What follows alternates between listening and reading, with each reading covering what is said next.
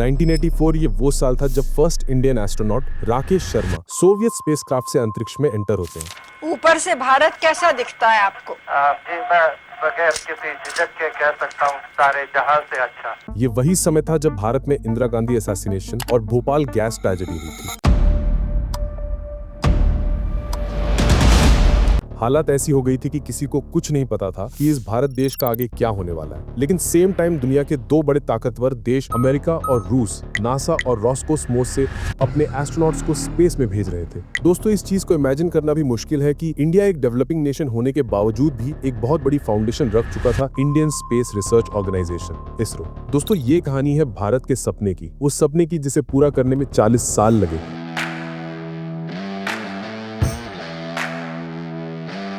1984 के बाद ये सपना कहीं फाइल में बंद होता दिख रहा था, क्योंकि इसरो ने तब सैटेलाइट लॉन्चेस पर फोकस करना शुरू किया। कम्युनिकेशन, वेदर, जीपीएस जैसी टेक्नोलॉजीज उस वक्त ज्यादा जरूरी थी और तब तक अमेरिका, रशिया, चाइना और यूरोप सभी देश ह्यूमन स्पेस फ्लाइट कर चुके थे। भारत अपनी इकोनॉमी और पॉवर्टी के साथ स्ट्रगल कर रहा था, लेकिन एक छोटी सी टीम इसरो के अंदर साइलेंटली ह्यूमन मिशन के लिए ग्राउंड वर्क कर रही थी। साल 2006 इसरो के अंदर एक इंटरनल मीटिंग होती है। मीटिंग का एजेंडा था ह्यूमन स्पेस फ्लाइट फीजिबिलिटी। क्या है ये ह्यूमन स्पेस फ्लाइट फीजिबिलिटी? एक ऐसा स्पेसक्राफ्ट जिसमें इंसानों को स्पेस में ले जाया जा सके।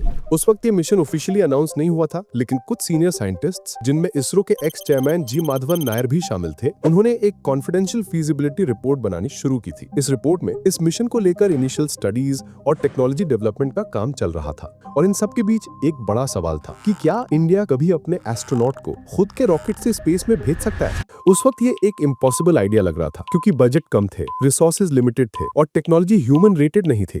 लेकिन इसरो के साइंटिस्ट्स का एक क्लियर विजन था, अगर हमने चंद्रयान और मंगलयान कर लिया तो ह्यूमन स्पेस फ्लाइट भी कर लेंगे। 2008 में जब चंद्रयान 1 लॉन्च हुआ तो दुनिया ने देखा कि इंडिया ने चांद की सरफेस पर वाटर मॉलिक्यूल्स डिटेक्ट कर लिए थे। Our scientific community has once again done the country proud. ये मिशन इसरो और इंडिया के लिए एक हिस्टोरिकल मोमेंट था, और 2014 में जब मंगलयान मिशन सिर्फ 450 करोड़ में सक्सेसफुल हुआ, दुनिया ने मान लिया कि India can do miracles at low cost, और यहीं से गगनयान मिशन का काम और तेज हो गया। 2018 में जब पीएम नरेंद्र मोदी ने लाल किले से अपने भाषण में ऑफिशियली अनाउंस किया, माँ भारत का कोई संतान, चाहे बेटा हो या बेटी, अंतरिक्ष में जाएंगे। इस पूरे मिशन के लिए सेंट्रल गवर्नमेंट ने 10,000 करोड़ रुपए सैंक्शन किए और टारगेट रखा गया था 2022 आजादी का अमृत महोत्सव। पर दोस्तों, कहानी इतनी सिंपल नहीं है, क्योंकि कोविड-19 की वजह से अनफॉर्चुनेटली ये मिशन 2022 में कंप्लीट नहीं हो पाया। लेकिन दोस्तों, किसी भी इंसान को स्पेस में भेजना एक कॉम्प्लेक्स मिशन होता है। यहाँ अगर एक छोटा सा कोड ग्लिच भी हो जाए तो पूरा का पूरा क्राफ्ट और क्रू खतरे में पड़ सकता है। एक सिंपल कॉन्सेप्ट, लेकिन इसका एग्जीक्यूशन उतना ही इम्पॉसिबल है। 4 इंडियन एस्ट्रोनॉट्स, जिन्हें इसरो व्योमनॉट्स कह रहा है, उन्हें अर्थ ऑर्बिट में 400 किलोमीटर तक भेजना है। वहां पे वो 3 दिन तक रहेंगे, एक्सपेरिमेंट्स करेंगे, अर्थ ऑब्जर्वेशन करेंगे और फिर सेफ वापस आएंगे। लेकिन इसके लिए चाहिए पूरा एक इकोसिस्टम, और इसरो ने ये सब कुछ स्क्रैच से बनाया है। गगनयान का आर्किटेक्चर बेसिकली 3 मेजर सेगमेंट्स में डिवाइडेड है: क्रू मॉड्यूल, सर्विस मॉड्यूल और लास्ट में है लॉन्च व्हीकल। सबसे पहले बात करते हैं लॉन्च व्हीकल की, जो एस्ट्रोनॉट्स को स्पेस तक ले जाएगा। यह है LVM-3। ये इंडिया का सबसे पावरफुल रॉकेट है। इसकी हाइट लगभग 43 मीटर और वेट करीब 640 टन है। LVM-3 रॉकेट की पेलोड कैपेसिटी लगभग 8 टन है।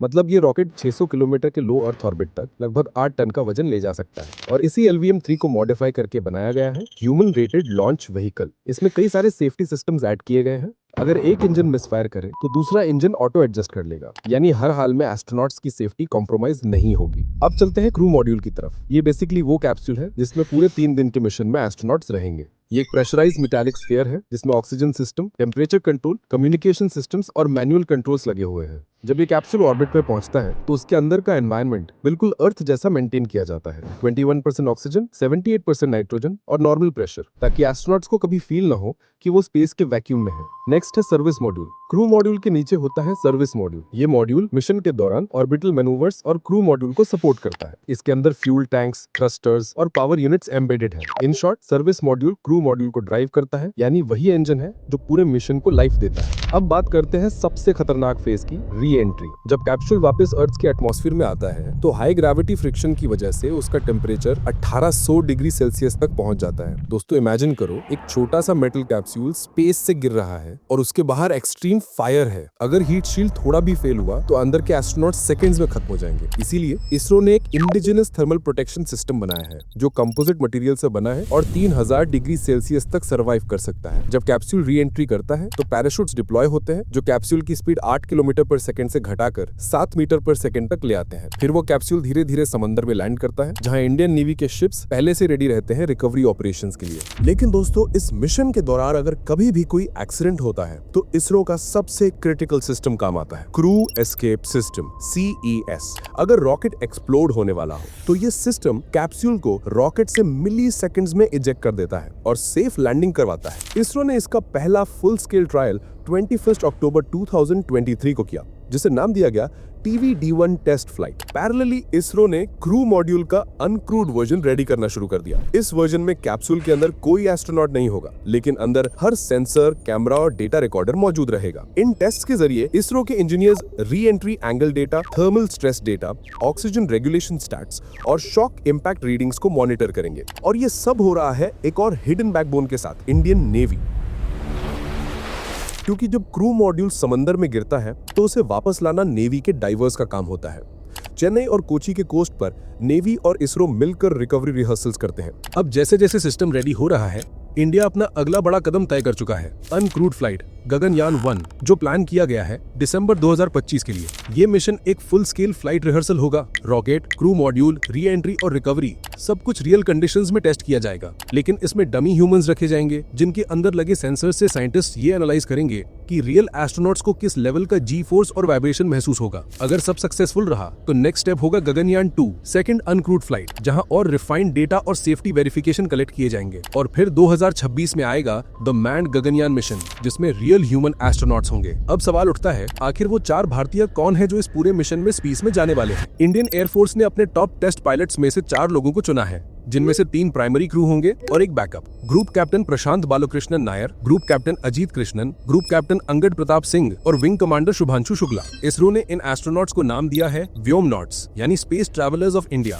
ये वो लोग हैं जिन्होंने अपनी जिंदगी लिटरली ग्रेविटी के खिलाफ जीने में लगा दी है। इन व्योमनॉट्स ने रशिया के गगारिन कॉस्मोनॉट ट्रेनिंग सेंटर में करीब 14 महीनों की हार्डकोर ट्रेनिंग पूरी की। जीरो ग्रेविटी में मूव करना, हाई जी मैनूवर्स को हैंडल करना और स्पेसक्राफ्ट की इमरजेंसी सिस्टम्स को मैनुअली ऑपरेट करना। ट्रेनिंग का एक और क्रूशियल हिस्सा है साइकोलॉजिकल आइसोलेशन। एस्ट्रोनॉट्स को एक सील्ड कैप्सूल में 72 आवर्स तक रखा जाता है बिना किसी कम्युनिकेशन के। सिर्फ एक स्मॉल कैमरा उन्हें मॉनिटर करता है। जब रशियन ट्रेनिंग कंप्लीट हुई, एस्ट्रोनॉट्स इंडिया वापस आए और उनके लिए इसरो ने बैंगलोर में बनाया astronaut training and medical evaluation centre, जहां इंडिया ने अपना पहला human space training simulator install किया है। एक पूरा वर्चुअल कॉकपिट बना है जहां एस्ट्रोनॉट सेम इंटरफेस के साथ ट्रेन करते हैं जो क्रू मॉड्यूल में होगा। उनके स्पेस सूट्स भी यहीं इंडिया में डिजाइन हो रहे हैं, जो हीट, प्रेशर और वैक्यूम के अगेंस्ट उन्हें प्रोटेक्ट करते हैं। 2025 के एंड तक इसरो एक फुल ड्रेस रिहर्सल करेगा, अनक्रूड फ्लाइट 1। इस मिशन में सब कुछ एग्जैक्टली वैसे चलेगा जैसे मैन्ड फ्लाइट में चलेगा, बस एस्ट्रोनॉट्स की जगह मैनिक्विन्स होंगे। और अगर ये मिशन फ्लॉलेस रहा तो ओपन हो जाएगी द मैन्ड लॉन्च विंडो, वही पल जिसका इंतजार 40 सालों से था। और वही लाइन जो डॉक्टर विक्रम साराभाई ने कही थी, we are not developing rockets to show our strength, we are developing them to uplift our people.